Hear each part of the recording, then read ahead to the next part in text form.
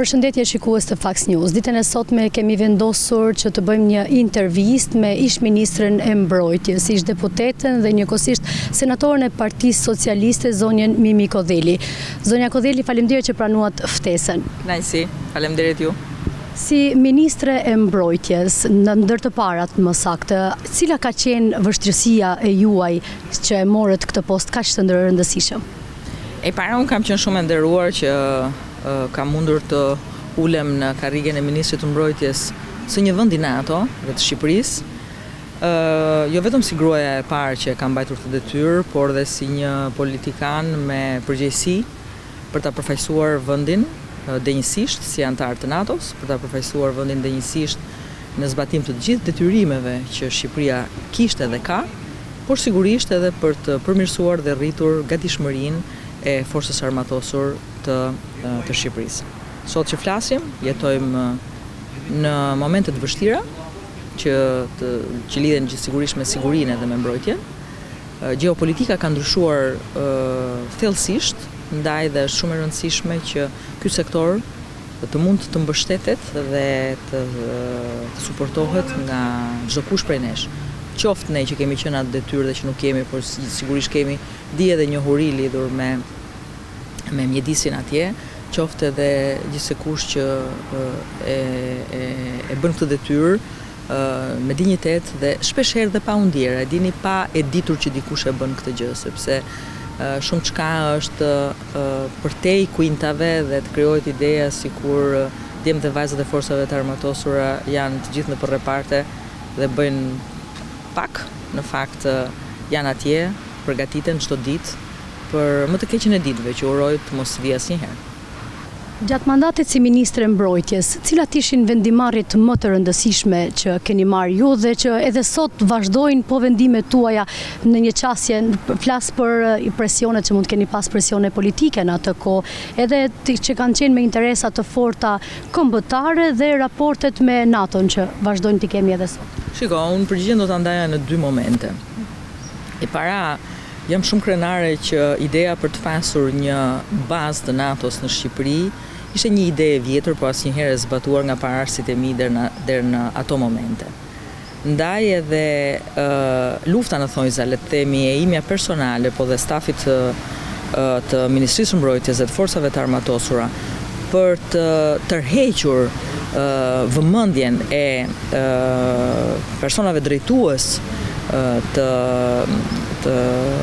NATO-s aso kohe, ishte një luftë dhe një punë sa e vështirë, po aq edhe e bukur, sepse në fund të gjithë këtyre përpjekjeve mbërritëm që Kuçova, baza e Kuçovës, të mund të transformohej në një bazë logjistike të forcave ajrore NATO dhe sot të jetë një ndër bazat me një rëndësi të veçantë në rajon. Kjo është një gjë. Tjetra gjë është fakti që pse ka dallim midis të qenit ministër mbrojtje grua dhe ministër mbrojtje burr. Shikoni, unë kam pasur një sensibilitet të lartë lidhur me përfaqësimin e grave në forcat e armatosura, dhe kjo nuk ishte një gjë që thuhej vetëm me fjalë, kjo ishte një gjë për cilën unë punoja çdo ditë, dhe në fakt në hyrje të mandatit tim vetëm 9 ose 10% e forcës armatosur ishin gra, në një kohë kur në lënë të mandatit tim 14% e forcës armatosura ishin gra. Kjo është një edhe statistikore për cilën unë sigurisht jam krenare. Tjetra gjë është aso kohë një rezolut e Kombeve të Bashkuara që lidhej me gratë dhe sigurinë ishte në, le të themi, në qendër të vëmendjes dhe diskutimeve, jo vetëm të organizatës Kombeve të Bashkuara, por dhe të shumë organizmave agjensive që lidheshin me sigurinë dhe mbrojtjen, dhe sigurisht që zbatimi i detyrimeve që lindin nga kjo rezolut ishte diçka për cilën ne jemi krenar, sepse Shqipëria ishte një ndër vendet që në këtë raport gra-siguri përparonte në mënyrë të dukshme. Dhe e fundit, po jo më pak e rëndësishme, është fakti që me propozimin tim, presidenti i asaj kohe dekretoi gruan e parë gjenerale në historinë e forcës armatosur. Pra kjo është një gjë konkrete. që lidhet sigurisht edhe me sensibilitetin tim të rritur në raport me gratë dhe vajzat në forcat e armatosur. Të gjitha këto e bëjnë atë periudhë një periudhë të rëndësishme që ka hyrë në histori, jo pse unë kam qenë gruaja e parë që kam mbajtur të detyrë, por sepse gratë rritën përfaqësimin e tyre. Generale grua për herë të parë ishte në pozicionet më të rëndësishme drejtuese të forcës armatosur. Dhe kjo sigurisht flet shumë. Gratë në raport me sigurinë dhe mbrojtjen kanë një sensibilitet të lartë, sepse kanë një sensibilitet të lartë që lidhet me shoqërinë, që lidhet me familjen, që lidhet me fëmijët, dhe sigurisht që kjo i bën mirë gjithë establishmentit, i bën mirë të gjithë mjedisit ku ne jetojmë sot. Ndaj edhe prezenca e grave në gjitha strukturat e mbrojtjes dhe sigurisht që rrit sensibilitetin, por rrit edhe aftësinë për të përmbushur detyrat që vijnë nga pozicionet apo nga vetë politikbërja. Nga jashtë, si shikoni tani momentalisht pjesëmarrjen e grave? Është rritur numri i grave, ju besohet më shumë, pra a ka një ndryshim krahasim me kohën tuaj, pra qasja është më e madhe e grave tani dhe apo u besohet më shumë poste drejtuese grave kohët e fundit? Shiko, kur flitet për sigurinë dhe mbrojtjen, gjithnjë dhe më shumë shifrat statistikat flasin vetë për një prezencë të shtuar të grave. Jo vetëm në fushën e mbrojtjes, por edhe në fushën e policimit apo sigurisë në përgjithësi. Dhe ju e shikoni dhe vetë, një qytetar krejt i zakonshëm me një vëmendje jo domosdoshmërisht të shtuar në raport me forcat policore shikon që prezenca e grave është gjithmonë dhe më e madhe, grave dhe vajzave. Por kjo dhe në pozicionet drejtuese është e rëndësishme, në pozicionet e menaxhimit të strukturave që lidhen me sigurinë dhe mbrojtjen. Sigurisht që kjo e bën të zbatueshme në mënyrë eksponenciale politikën që lidhet me forcimin e rolit të gruas. Ky potencim duhet të vazhdojë akoma më tepër, sepse sot që flasim, qeveria është më shumë se gjysma të gra, roli i grave në parlamentin shqiptar është më shumë se sa i spikatur. E vetmja gjë që duhet kurth në cilin ne gratë nuk duhet biem, është që mund të burrërohemi në mënyrë të panevojshme, pavarësisht se disa punë, siç është politika apo siç është sektori i sigurisë dhe i mbrojtjes, janë punë me domenë burrëror. Kjo nuk do të thotë që gjërat nuk bëhen edhe nga këndvështrimi i një gruaje apo nga pozicionimi i një gruaje apo nga qasja e një gruaje. Përkundrazi, ka shumë sektorë të cilat gratë mund në cilat gratë mund të shërbejnë dhe mund të funksionojnë më mirë duke qenë ato prezent dhe jo burrat. Keni qenë edhe nënkryetare e Bashkisë së Tiranës. Si keni arritur ti menaxhoni pushtetin vendor, por në një farë mënyrë të menaxhoni edhe pushtetin lokal? Ja keni dalë më së miri? Unë besoj që po, ato kanë qenë vite, le të themi, të lavdishme të transformimit të Tiranës. Tirana është qyteti ku unë kam lindur dhe jam rritur, edhe patjetër që është vendi që dua më shumë. Ndaj edhe e kam bërë me bindjen që jam duke bërë një gjë për qytetin tim, për lagjen time, për njerëzit e mi, për shkollën ku kam shkuar, fillore, tedhjeçare, fakultet, për punrat që kam bërë, gjithkund ku kam shkelur, në çdo rrugë ku kam qenë prezent. Patjetër që e kam bërë edhe duke qenë një person modestisht me ndërgjegjje të lartë qytetare që kam mundur të realizoj gjëra për cilat në ato kohë ishte pothuajse e pamundur që të bëheshin. Ndaj dhe 4 vjet në bashki kanë qenë 4 vjet të një lufte edhe për të luftuar mentalitetin, po edhe për të dhënë shpresën.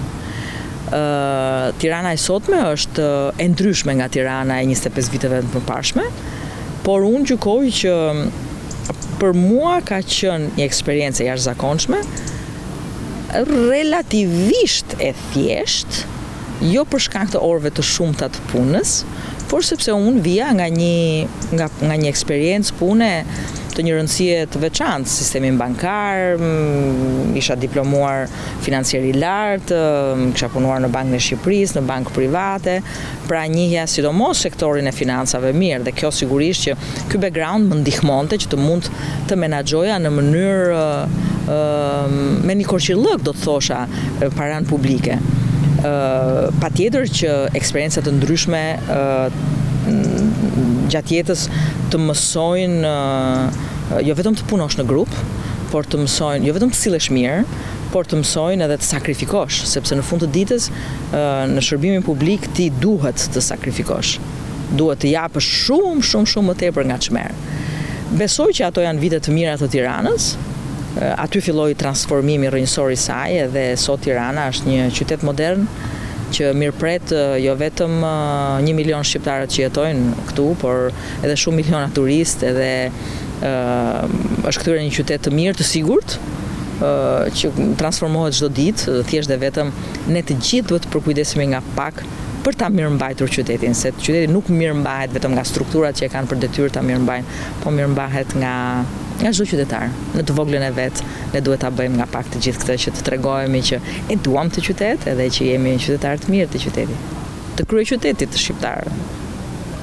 Gjatë kohës si deputete keni qenë edhe nën kryetare e Komisionit të Ekonomisë. Cilat kanë qenë vendimet që ju keni marrë më të rëndësishme gjatë kohës që ishit si nën kryetare, pra ndonjë çështje ligjore që mund të keni kaluar për sa i përket ekonomisë, dhe a kishit diçka që nuk arritët ta zgjidhnit? Përgjithsisht betejat tona kur në aso kohë ne ishim në opozit, kishin të bënin me buxhetin. Edhe disa propozime duhet në fakt të ishin pranuar. Ashtu siç mund të ishte pranuar dhe një propozim tjetër kur ne ishim në qeverisje. Sepse ka mendim konstruktiv përtej mendimit politik që ja vlen të konsiderohet midis kolegësh. Në fakt ai ka qenë një komision i mirë me antar të një niveli shumë të kënaqshëm, të lartë për sa i përket kurikulave dhe CV-së së gjithë secilit që në atë kohë ishte pjesë e atij komisioni, por betejat përgjithsisht ishin beteja që lidheshin me buxhetin, sepse normalisht në fund të ditës dhe ky është le të themi kuintesenca e punës një komisionit që lidhet me ekonominë dhe financat. Është shumë larg për të thënë detaje sot, sepse mbas atij komisioni neve erdhëm në pushtet, u bëra 4 vjet ministre mbrojtjes, pastaj 8 vjet kryetare e Komisionit Politikës Jashtme, dhe puna ime mori një drejtim tjetër, sigurisht po gjithsesi duke qenë shumë e vëmendshme në raport me menaxhimin e paras publike gjithsesi, për shkak edhe të profesionit sigurisht. Për shkak të profesionit që kishit. Në fakt duke qenë edhe pjesë prej vitesh antare e kryesisë Partisë Socialiste, raportin dhe marrëdhëniet me gratë, pra cili ka qenë, a mendoni se politika dhe Shqipëria e ka kaluar këtë fazë për të parë vetëm si mentalitet gratë, pra kanë një qasje ndaj grave? Shiko, t'ju them të drejtën, diskutimi i rolit të gruas në shoqëri është një diskutim i lashtë, që daton mijëra vite. Edhe është një luftë në thonjza, le të themi, të cilat gratë shpesh e humbin, por shumë herë dhe kanë fituar. E do të vazhdoj të jetë kështu. Kështu që e rëndësishme është që ti në të voglën tënde të mund të bësh një gjë, qoftë edhe për një grua. Pra jo vetëm kur emancipon vetveten, nuk do thotë asgjë të emanciposh vetveten. Po të emanciposh dhe një grua tjetër, apo të kesh bërë diçka edhe për një grua tjetër, atëherë në atë moment ti duhet të jesh krenare. Kështu që besoj që kjo është diçka që do të vazhdoj, ne thjesht dhe vetëm duhet të dim të sillemi më mirë, se që jemi sjellë deri më sot, edhe të dim të demonstrojmë vetes më së pari dhe shoqërisë, edhe burrave që na mbështesin, që ne jemi këtu sepse jo sepse jemi gra, por sepse shumë gjëra dim t'i bëjmë më mirë. Kaq e thjeshtë. Keni pasur poste shumë të larta si një grua. Si është Mimi pas politikës dhe në raport me njerëzit? A arrin njerëzit të shohin thjesht si një njeri Mimi jashtë politikës, si të afrohen, pra çfarë qasje kanë njerëzit ndaj jush? Unë jam munduar shumë që pushteti apo politika të mos më transformojë. Dhe besoj që jam një person me këmbë në tokë. Kam qenë shumë prezent në shtëpi në momentet e pakta, në orët e pakta të prezencës time fizike. Unë nuk jam ndalur së bëri punë të shtëpisë, nuk jam ndalur së gatuari, nuk jam ndalur së kuruari në nënën time të moshuar, nuk jam ndalur së shërbyeri bashkëshortit tim, djalit tim, sot edhe nipi tim, Dhe këtë e kam bërë me lehtësinë më të madhe. Pa vërtet faktit që kam qenë shumë e lodhur, apo vërtet faktit që kam qenë shumë nën presion për shkak të punëve që kam bërë. Sepse forca që gjeneron një grua që lidhet me dashurinë për familjen dhe dashurinë për njerëzit e tu është shumë e madhe. Prandaj gati ka qenë, nuk po them e thjesht, se e thjesht nuk ka qenë, jeta ime ka qenë goxha e angazhuar dhe e komplikuar, por kam ditur këtë ta bëj dhe duke ditur ta bëj këtë gjë në familje, kam ditur ta bëj këtë edhe në shoqëri. Kam ditur këtë ta bëj edhe me njerëzit. Nuk besoj që jam shkëputur asnjë sekond nga realiteti. Asnjë sekond. Kështu që kjo sigurisht më ka bërë mirë mua, po patjetër besoj që dhe njerëzit e din ta bëjnë këtë dallim. Do të thënë, e din që e njohin mimin e atë reale. Nuk është se unë në politik nuk kam qenë reale, po gjithsesi është e vështirë, është e vështirë ta mbash këtë ekuilibër, por në mënyrë absolute jo e pamundur. Dhe besoj që për një grua është dhe më e thjeshtë, sepse gruaja është edhe më e lidhur me familjen, edhe kjo e bën sa të vështirë rolin, po dhe aq edhe të thjeshtë për të qenë me këmbë në tokë.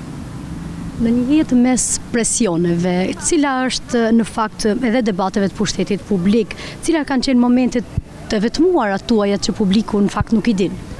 Momente vetmia nuk kam pasur ndonjëherë, po të reflektimit. Është si që një human, është një çështje personale, si për çdo individ dhe shqyqur që është ai moment.